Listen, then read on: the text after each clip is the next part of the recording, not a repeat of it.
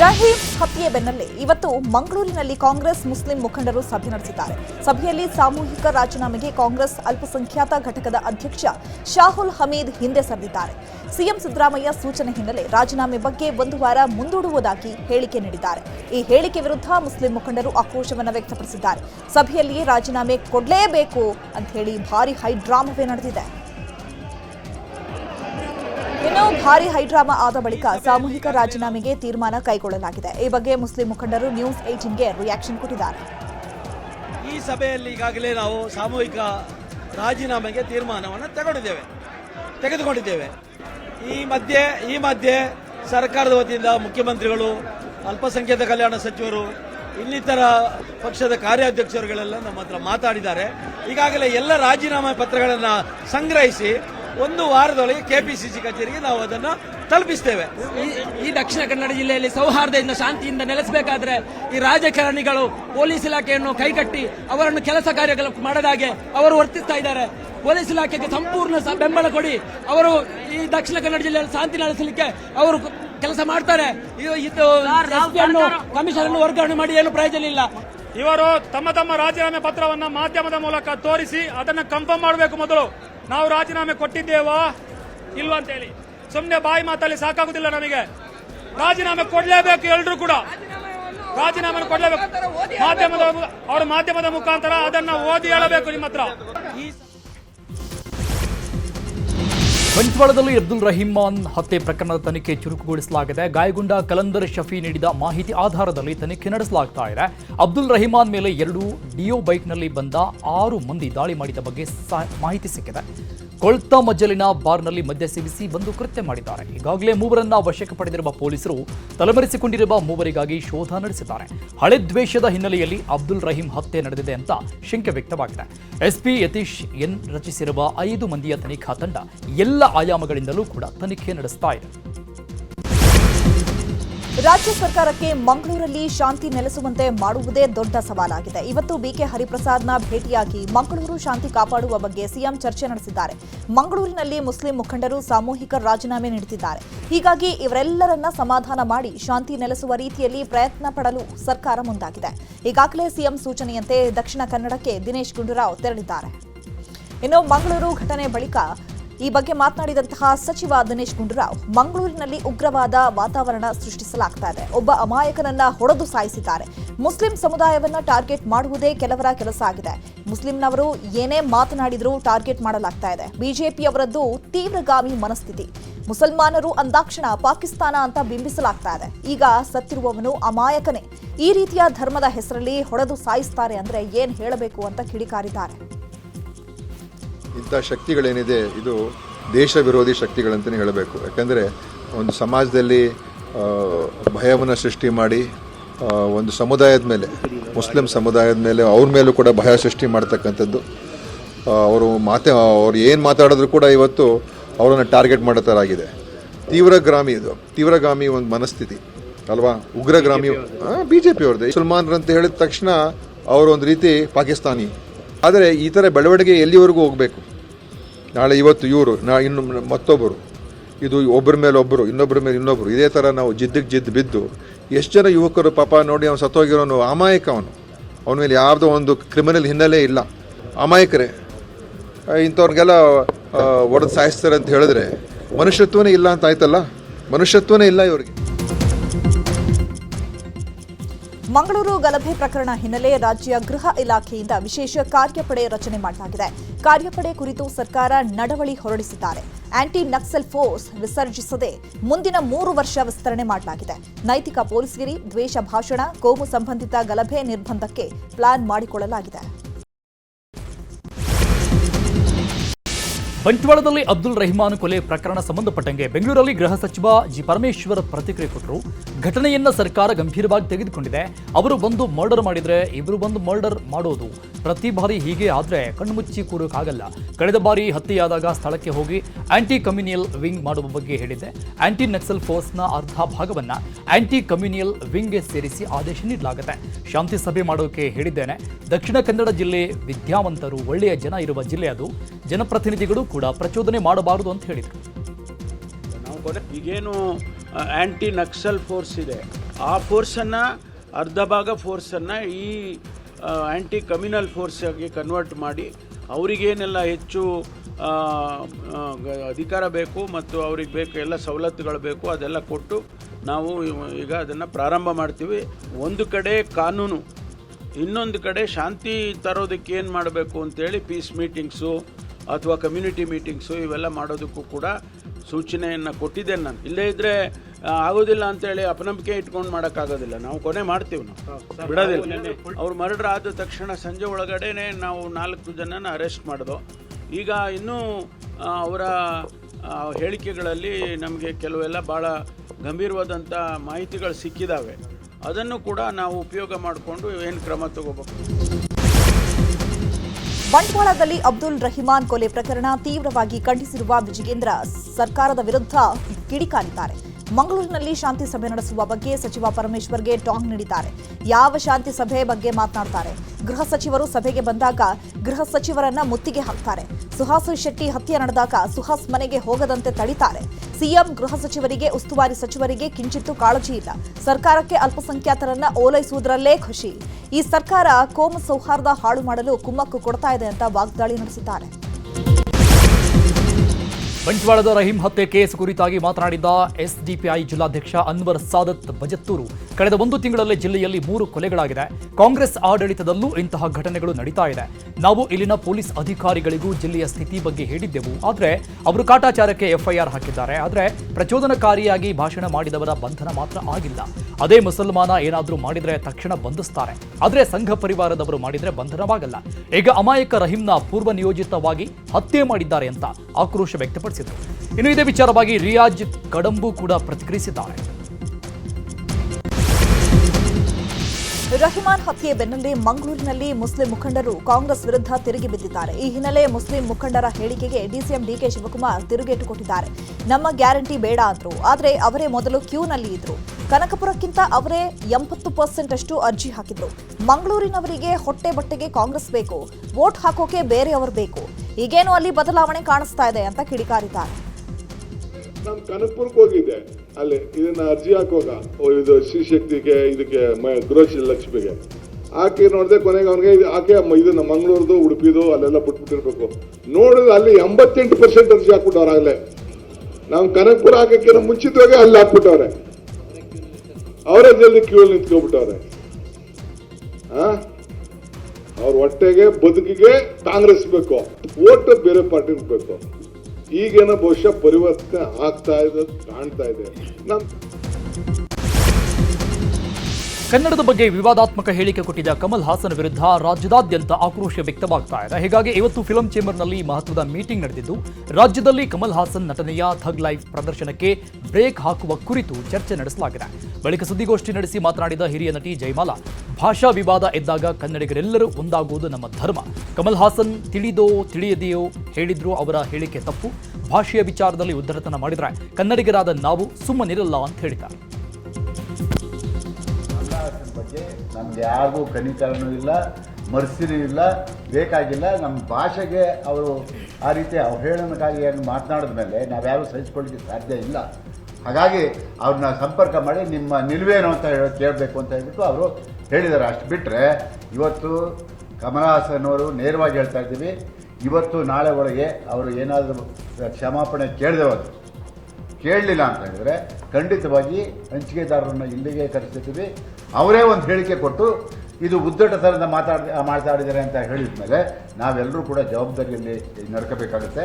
ಯಾವುದೇ ಕಾರಣಕ್ಕೂ ಕಮಲ್ ಹಾಸನ್ನು ಬಹಿರಂಗವಾಗಿ ಕ್ಷಮೆ ಕೇಳಿದವಾದರೆ ನಾವು ಚಿತ್ರ ಬಿಡುಗಡೆ ಆಗೋದಿಲ್ಲ. ನಾವು ಕನ್ನಡ ಪರ ಸಂಘಟನೆಗಳು ಜೊತೆ ನಾವಿರ್ತೀವಿ. ಚಲನಚಿತ್ರ ವಾಣಿಜ್ಯ ಮಂಡಳಿ ನಿಲುವು ಕೂಡ ಅದೇ.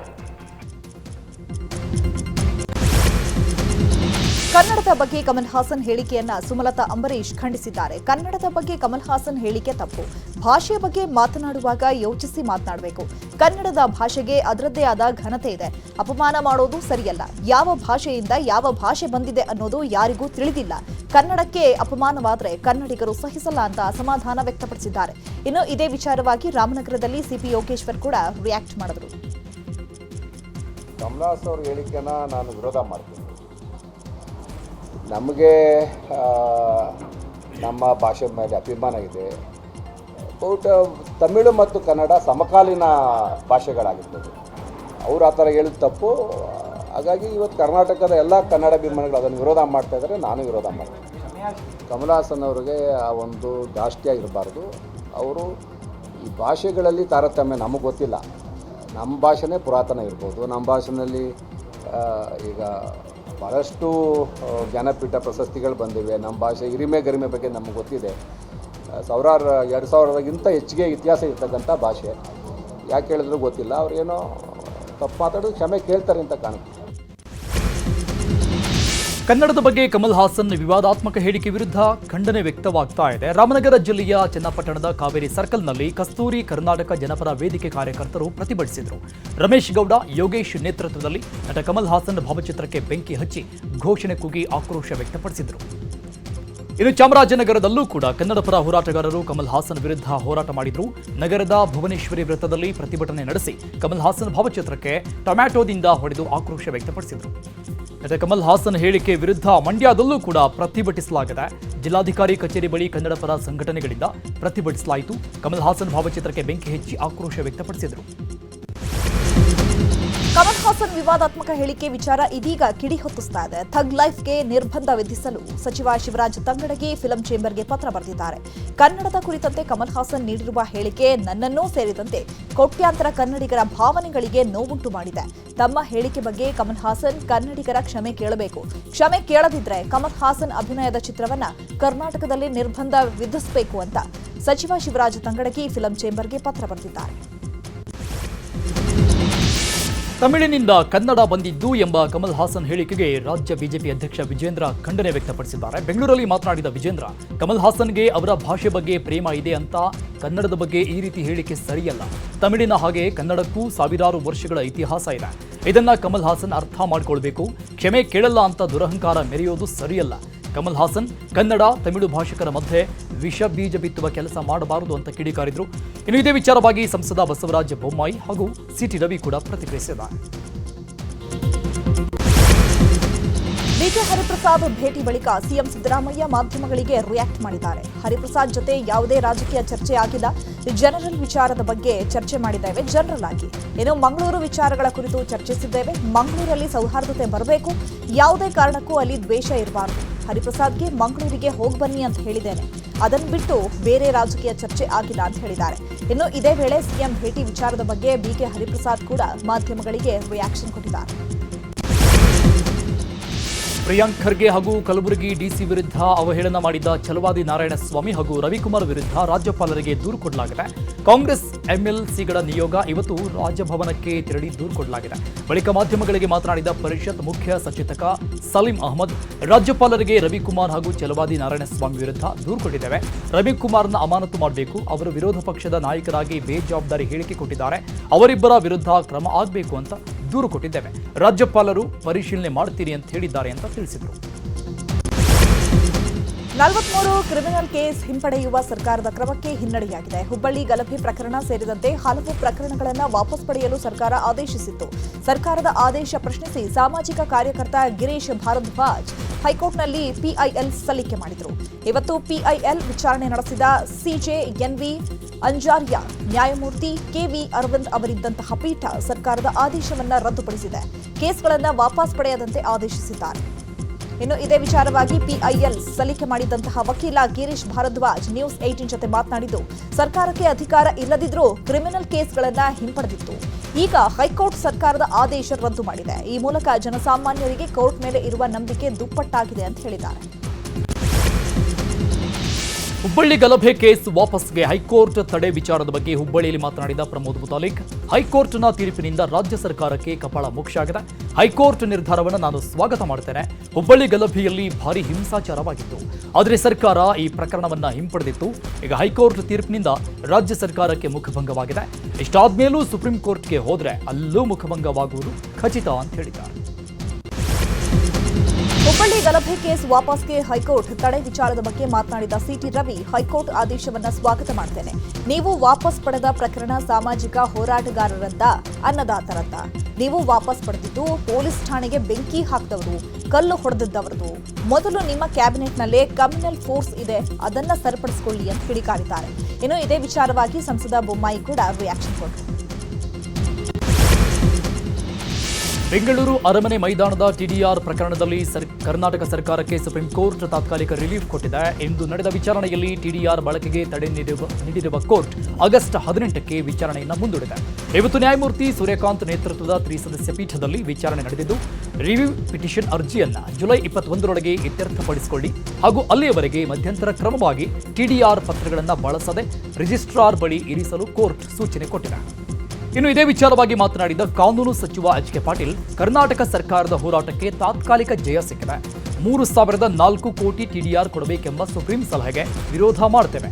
15 ಎಕರೆ ಭೂಮಿಗೆ 3,004 ಕೋಟಿ ಕೊಟ್ಟರೆ ಅತ್ಯಂತ ಅಬ್ನಾರ್ಮಲ್ ಬೆಲೆ ಆಗುತ್ತೆ. ಸರ್ಕಾರ ಅಷ್ಟು ಹಣ ಕೊಟ್ಟರೆ ಯಾವ ಯೋಜನೆಗಳು, ಯಾವ ಕಾಮಗಾರಿಗಳು ಆಗೋದಿಲ್ಲ. ನಮ್ಮ ಅಭಿವೃದ್ಧಿಗೆ ತೊಂದರೆ ಆಗದಂತೆ ಕೋರ್ಟ್ ಆದೇಶ ಆಗಿದೆ ಅಂತ ಹೇಳಿದರು. ಸಿಎಂ ಹಾಗೂ ಡಿಸಿಎಂ ನಡುವೆ ವರ್ಗಾವಣೆ ವಿಚಾರಕ್ಕೆ ಮುಸುಕಿನ ಗುದ್ದಾಟ ನಡೀತಾ ಇದೆಯಾ ಅನ್ನೋ ಅನುಮಾನ ಮೂಡಿದೆ. ಈ ಅನುಮಾನಕ್ಕೆ ಪುಷ್ಟಿ ನೀಡುವಂತೆ ಡಿಸಿಎಂ ಬರೆದಿರುವ ಪತ್ರ ಇದೀಗ ವೈರಲ್ ಆಗಿದೆ. ಜಲಸಂಪನ್ಮೂಲ ಇಲಾಖೆಯಲ್ಲಿ ಹಸ್ತಕ್ಷೇಪ ವಿಚಾರವಾಗಿ ಸರ್ಕಾರದ ಮುಖ್ಯ ಕಾರ್ಯದರ್ಶಿಗೆ ಡಿಸಿಎಂ ಡಿಕೆಶಿ ಪತ್ರ ಬರೆದಿದ್ದು, ನನ್ನನ್ನು ಕೇಳದೆ 5 ಮುಖ್ಯ ಇಂಜಿನಿಯರ್ಗಳನ್ನ ಟ್ರಾನ್ಸ್ಫರ್ ಮಾಡಲಾಗಿದೆ.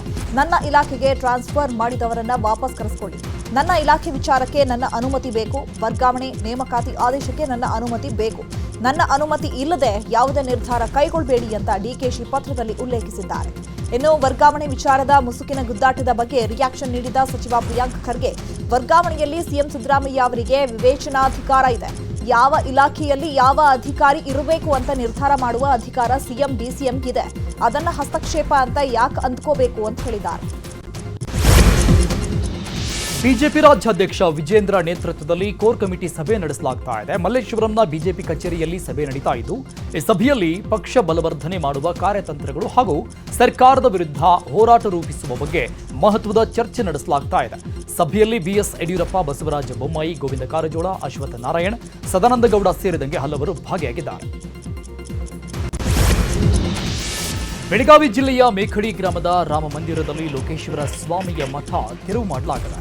ರಾಯಭಾಗ ತಹಶೀಲ್ದಾರ್ ಮುಂಜೆ ನೇತೃತ್ವದಲ್ಲಿ ಮಠ ನೆಲಸಮ ಮಾಡಲಾಗಿದೆ.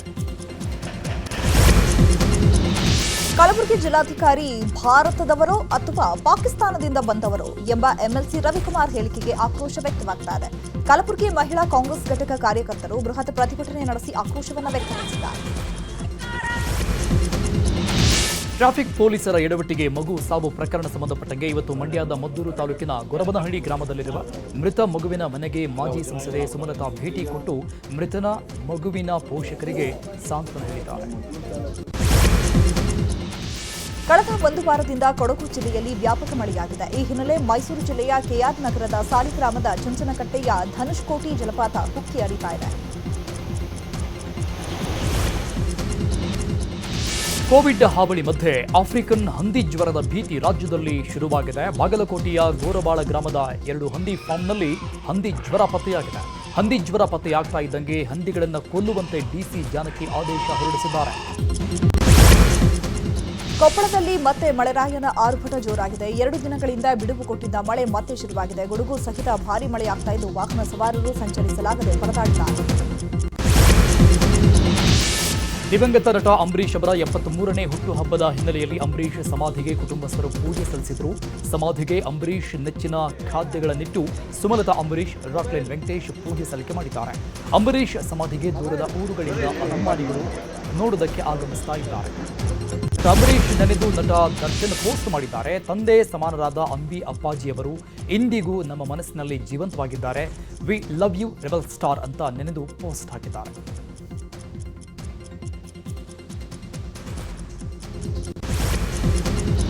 ಆರ್ಸಿಬಿ ತಂಡ ಕ್ವಾಲಿಫೈ ಆದ ಹಿನ್ನೆಲೆ ಶಿವಮೊಗ್ಗದಲ್ಲಿ ಆರ್ಸಿಬಿ ಅಭಿಮಾನಿಗಳಿಂದ ವಿಭಿನ್ನ ಪ್ರಯತ್ನ ಮಾಡಲಾಗಿದೆ. ಸಾಗರ ನಗರದಲ್ಲಿ ಉಚಿತ ಟೀ ವಿತರಣೆ ಮಾಡಲಾಗಿದೆ.